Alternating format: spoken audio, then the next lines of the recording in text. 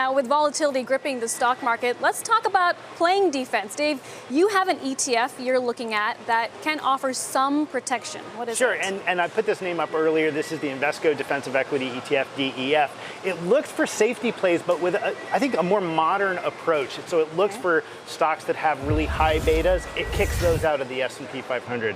It looks for stocks that have historically done poorly in downturns. It kicks those out of the S&P 500. Then it looks at what's left, and it only picks those with really long-term sustainable revenue models. You end up with 100 equal-weighted stocks with pretty broad sector exposure. I think it's a great play for a lot of investors who want to stay invested in the equity market. Yeah, not what I would expect. We have Amgen, we have Hershey's. I mean, what do you think of this trade? So it depends on how you want to define safety. But I think for all apparent purposes, this is an excellent way to do so because you have things that are clearly defined as safety, clearly defined as risk. And I think you sort of get a hybrid model here where you only go with things that have outperformed. Yeah, and I think it avoids the trap of saying, I'm not going to own any technology because that's growth and we're not going to be in a growth market. Or I'm going to avoid all healthcare stocks because that's a political football. I think it lets you stay invested. And I think that's the most important thing as we head into what's going to be in a crazy 18 months. And think about every other ETF. It's just specific to one sector in one space. Right. So you're going to start seeing a lot more of these hybrid models coming along. And I think they're a great choice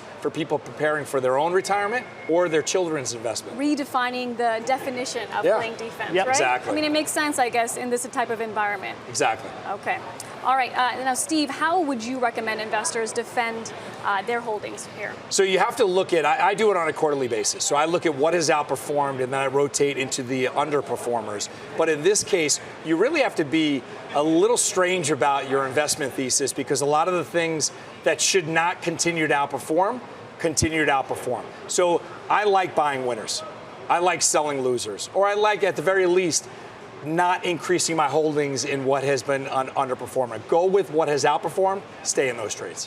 What do you make of energy, which actually has been such an underperformer? It's up today, but worst performing sector in August, worst performer for the year. At some point, does this sector look attractive? On a day-by-day basis, but you have to pull the ripcord, to use your analogy, extremely quickly. But in energy, we are oversupplied in the energy markets. Could you have ever scripted a more bullish scenario or backdrop for energy? And it's only getting worse, honestly. If we do think there's any kind of global slowdown here, that's negative for energy. So we're going to be oversupplied, we're going to be under-demanded. That's usually a recipe for prices coming down. It's really tough to look at the energy sector. So your assessment is that the pain continues, especially for some of these oil-related ETFs? Unless we have a huge upside surprise in economic activity, frankly, across the globe, and I just don't see that.